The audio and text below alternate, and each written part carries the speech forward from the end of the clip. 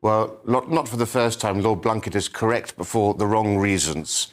Okay. Western values are under attack and under threat. And I say Western values because these values that they're talking about, democracy, free speech, tolerance, they apply just as much to the Swedes and the Dutch and the Canadians as they do to us. These are about Western civilized values, and they are under threat. But they're not under threat from this so-called far right. They're under threat from the far left and from radical Islam. These are mountains compared to the far right molehill. We have the most radically left-wing youth in history. We've never seen such extreme radical left-wing views being held. What makes you say that, Rafe, by the way? Was that? What makes you say that we have the most radical left? Well, all of the evidence. I've written a chapter on this, actually, on the left stranglehold over education more broadly, and it mirrors the rise of left-wing teachers as well at the same time. But, for example, more British youth think that protecting free speech is less important than not causing offence and stopping hate speech. And, of course, their definition of hate speech is so loose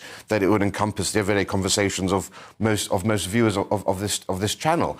And at the same time, of course, vast swathes of British Muslim youth hold far more extreme and intolerant and undemocratic views than even their parents or grandparents. So we do have to have a robust defence of Western values and a robust promotion. Otherwise, in the next 20 or 30 years to come, we'll be living in a dystopian future where all of these values are completely denigrated. And one of the ways I've written about this in the past, one of the things you need to do is you need to teach both citizenship classes and history classes where the long, hard struggle to the freedoms and democracy we enjoy today is taught, from Magna Carta through women's suffrage and universal suffrage, and also what happens if you lose those. So teaching about what happened behind the Iron Curtain in the communist world, referencing to Alexander Solzhenitsyn's Gulag Archipelago and so forth. And at the same time, from the ages of 10 to 16, I've also said that you need to have compulsory debates in classrooms where children have to debate from a position opposite to the one they would normally hold. That builds resilience in them, and that teaches them that opposing viewpoints do have validity.